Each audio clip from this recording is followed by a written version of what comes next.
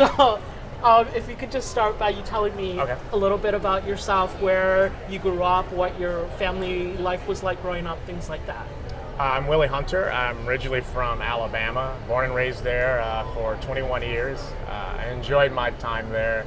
It was amazing. It was a very small town, a very rural area. We were about 15 minutes away from the Talladega National Speedway, so it was very rednecky. That can paint a picture of how I grew up. And everyone was poor, so it didn't matter which tax bracket you were in. So Tell me about that, because I'm actually really curious. I feel like Alabama, it's almost like a different country than like the lifestyle that people here in New York City live. Oh, Do you know what I'm saying? absolutely. Yeah. The pace is totally different. It's a lot slower in Alabama, and things stop around 8 p.m. And Sunday is the Lord's Day, so there's no alcohol sale in Alabama on Sunday. You have to be 19 to buy tobacco products, or maybe 21 now. I think they moved it up in age.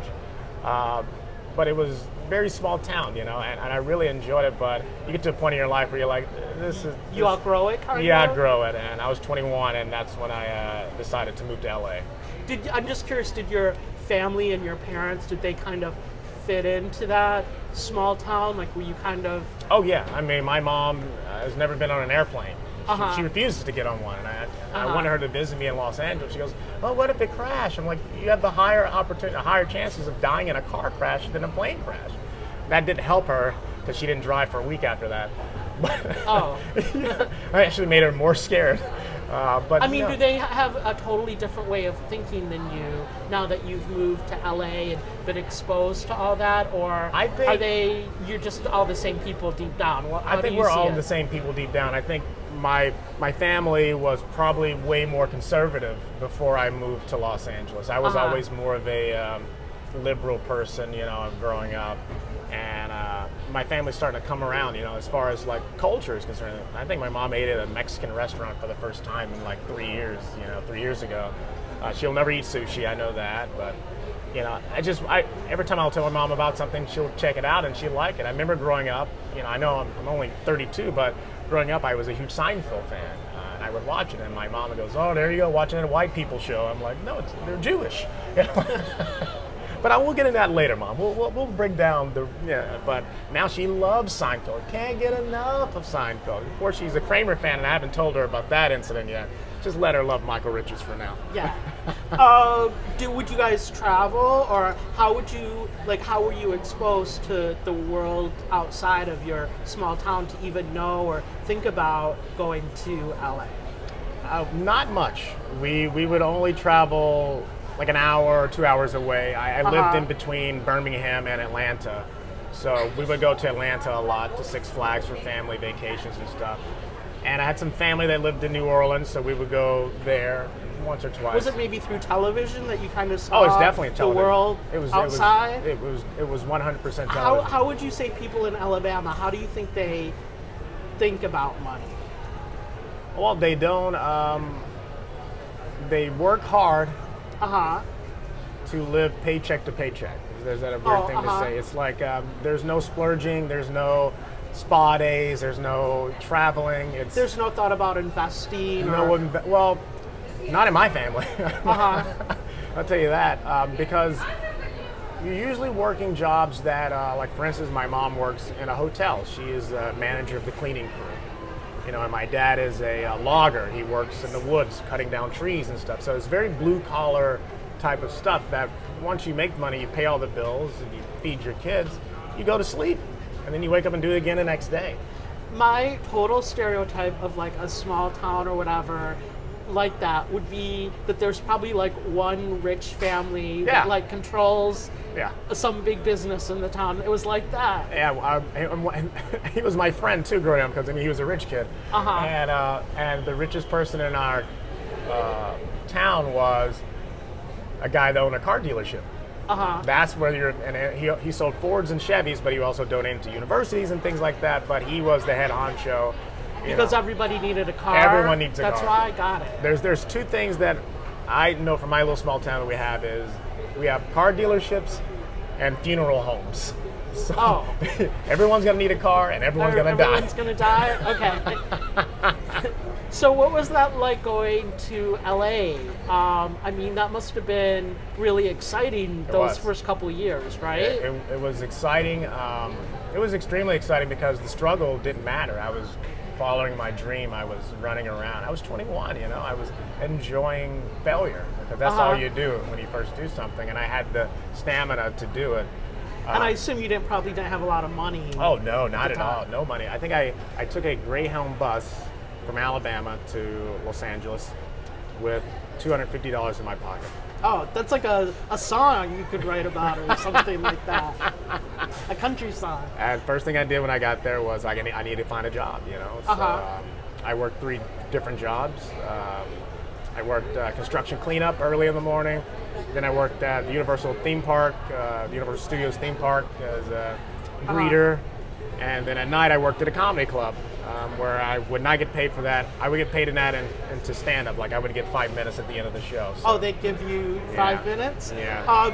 Well, that's kind of interesting actually. So would you see a lot of, like, I think of LA, like a lot of performers kind of testing out their act or maybe up and coming people. And do you have any great stories about things like that? Yeah, I remember Chris Rock went up in the club one time, and I went up before him. It was just an open mic night or whatever, but he popped in, and he's just going through some stuff. I think he was hosting Oscars or something at the time, I'm not sure.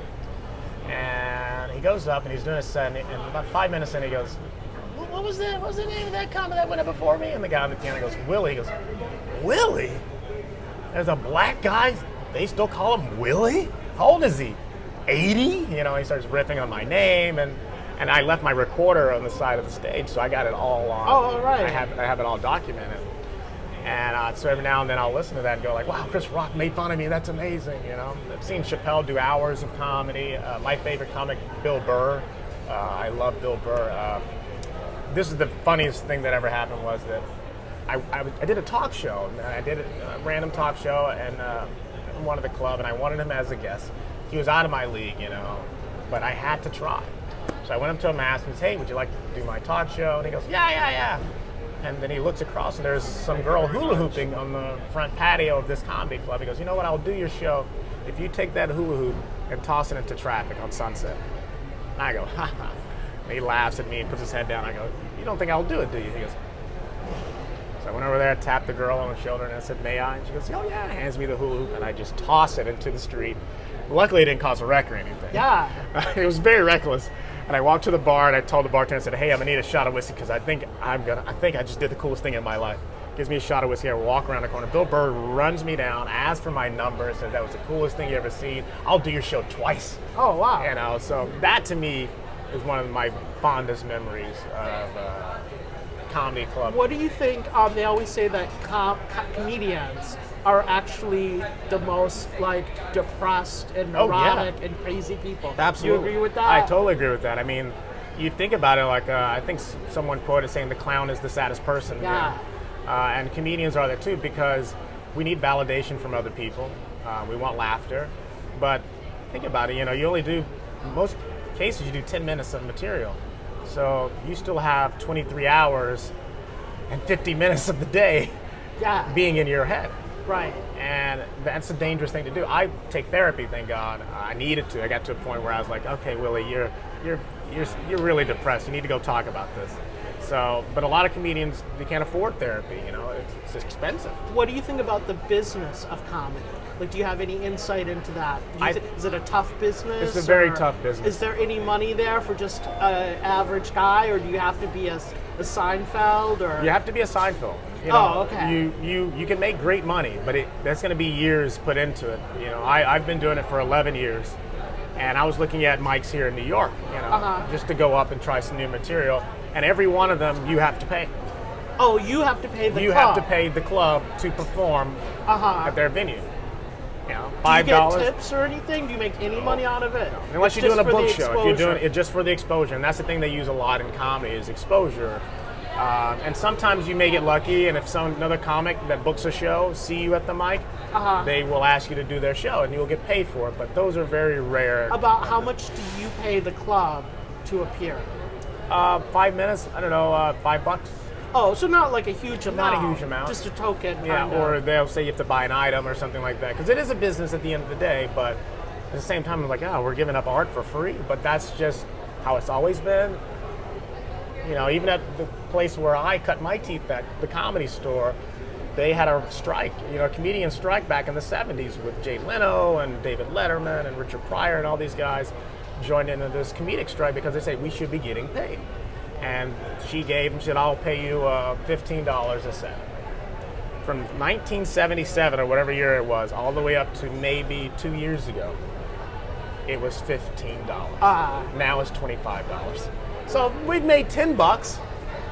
You decided to move from LA to here in New York. Yeah. What prompted that decision?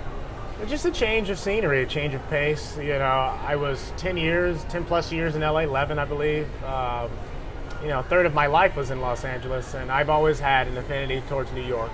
I'm a big New York fan. I love Seinfeld, I love Yankees my entire life, and when I decided to leave Alabama, it was either going to be New York or LA, and I just felt like at the time I just wasn't ready to tackle New York, so I chose LA. And to me, it seemed a little easier with the weather, and I didn't know anyone in LA, and I didn't know anyone in New York, so I figured go to LA, make some friends, and then a lot of my LA friends moved to New York, so now I have friends in New York.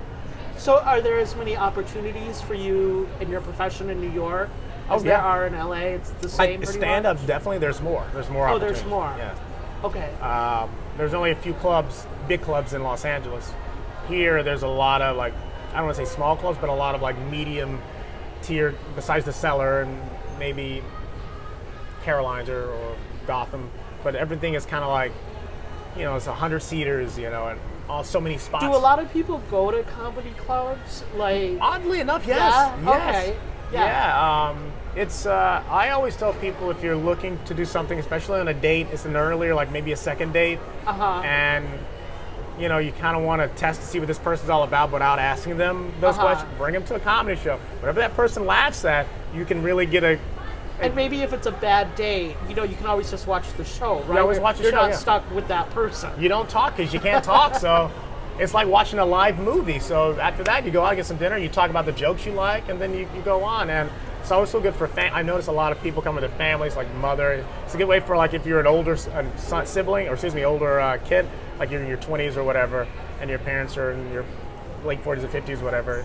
This is where you bridge the gap between being the son and mother or whatever, where you're both adults now, so you can see and laugh at certain things that you normally wouldn't laugh with your mom about. Do you want to give any plugs of any places you might be, or places online where people could see you, or anything like that? Well, the New York Comedy Club has been a very nice place to me so far since I've been out here, so that's a place you can check out. The Cellar is always the best. That's where you get your Jerry Seinfelds and your Dave Chappelle's, Jeff That's Ross. Where, gosh, no, I'm blanking on the guy's name, but the red-haired, bald, kind of fat guy. Louis C.K. Yes, thank you.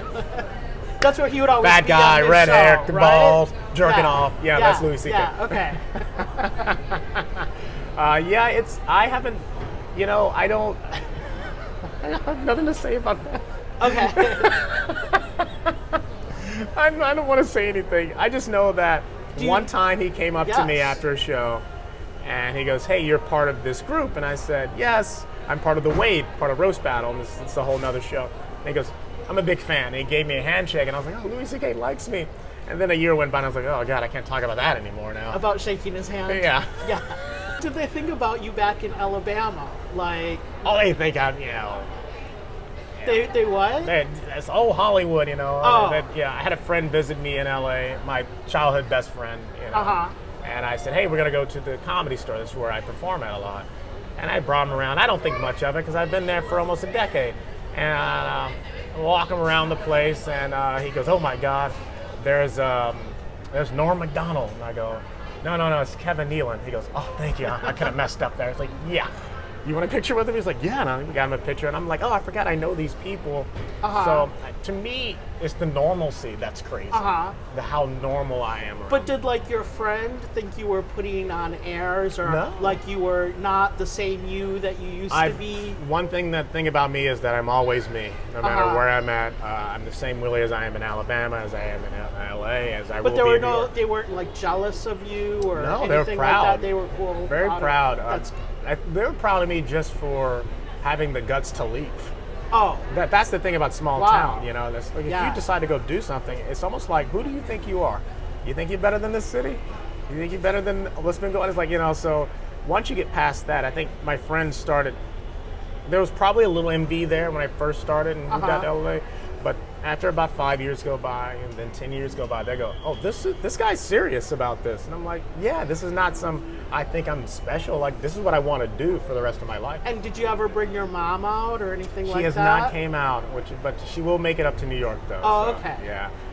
It's just a long drive. She's not gonna fly. She's not gonna fly. She's not gonna fly. She refuses to fly. And I was like, it's like a 2-day trip if you're gonna drive. But she must have been really proud of you at she this. She is. Yeah. I mean, probably today as well. But she loves bragging. Particularly at she that loves time. bragging when I'm not around. Yeah. Which is odd because I wasn't that kid growing up. You know, I mean, I played sports and stuff, but I wasn't like, you know, I had cousins that were more athletic than me, and they would get all the accolades and you know stuff. And so this is kind of like my thing, comedy. So I think at first they're like, I don't think you're that funny at all. And then the longer I've been in it, they're like, okay, you're pretty funny. So everyone's proud of me from where I'm from. Because every time I go back, I visit my old high school and stuff and meet my old teachers. And so do you have any advice for anybody who may be thinking about becoming a comedian or following in your footsteps and moving to LA or New York and trying to make it in the field of comedy? What would you say to that person? I would say, hopefully your heart's in it. You know, you gotta love it because there's gonna be some tough and dark days. As you said earlier, comedians we're depressed because we're alone a lot. You're in your head a lot. You don't make that much money at the beginning. You may not be funny on stage. God forbid you're not funny on stage. All these factors, you know. But if you love what you do, the setbacks, you'll like them. I look at some of my worst sets I've ever had, and I laugh about them now. You know, they're fond memories. I think if you do it, you got to really love it, and you got to understand it's a long process too. To me, the instability of it and the not making any money part of it would really upset me. But when you talk about the hardships, like you did just now, those aren't the things that you mentioned. You're talking about having bad comedy sets and things like that. So I think that's if you love it, you don't care. You're not paying attention to the money. And if you're hustling and you're out there and you're doing it every day, you don't even pay attention to how you're living. I mean, when I first started comedy, when I moved to Los Angeles, I had a lovely lady who just kind of took me under her wing, and she let me sleep on her floor for like 2 years. Oh, okay. You know, so and that was good enough for you? That was fine for me. You got to do the comedy. As long as I do comedy, yeah. Awesome. That's all I cared about. Well, that's thank you very much for the interview. This has been great.